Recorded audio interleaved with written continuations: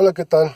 Hoy le voy a platicar un poco sobre la expansión del ferrocarril en algunos países de América Latina y un comparativo con México, en qué condiciones llegan y cómo se empiezan a expandir. Resulta que algunos países como Colombia, como Brasil, empezaron a hacer sus tendidos de vías, pero hay un dato que me parece interesante.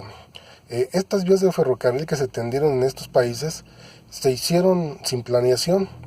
Resulta que el gobierno de ese entonces concesionaba a las empresas para que éstas vinieran e hicieran los tramos ferroviarios.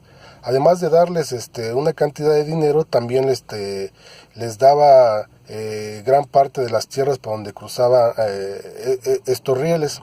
Pero a diferencia de México, por ejemplo, don Porfirio Díaz, cuando se introdujo el ferrocarril, en el caso de Michoacán, entre 1880 y 1890, las concesiones que se le daban a las empresas ferroviarias eran únicamente de dotarles del terreno que ocupaban para el tendido de las vías.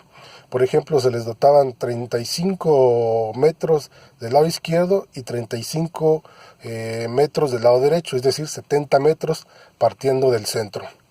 Eso era lo que el gobierno les dotaba a las empresas ferrocarrileras para que éstas pudieran tender sus vías del ferrocarril.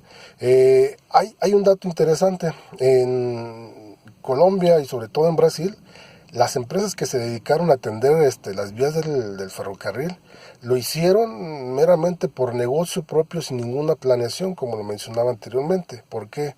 Porque el gobierno, además de entregarles terrenos, también les daba una cierta cantidad por cada metro, bueno, por cada kilómetro que ellos construían de vías. Es decir, mientras más kilómetros de vías construyeran, mayor era la ganancia para las empresas.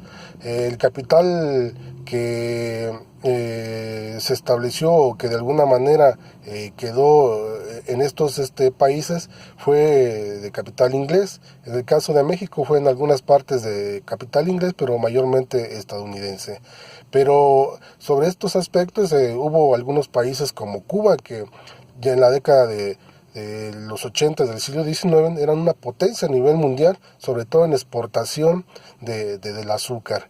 Y en esta parte pues es interesante que de alguna manera entender la importancia que tuvo la distribución de los ramales ferrocarrileros en la isla de Cuba. Así es que, amigos, los invito a conocer un poquito más sobre cómo llegó y cómo se estableció y cómo se fue desarrollando el ferrocarril en América Latina. Saludos.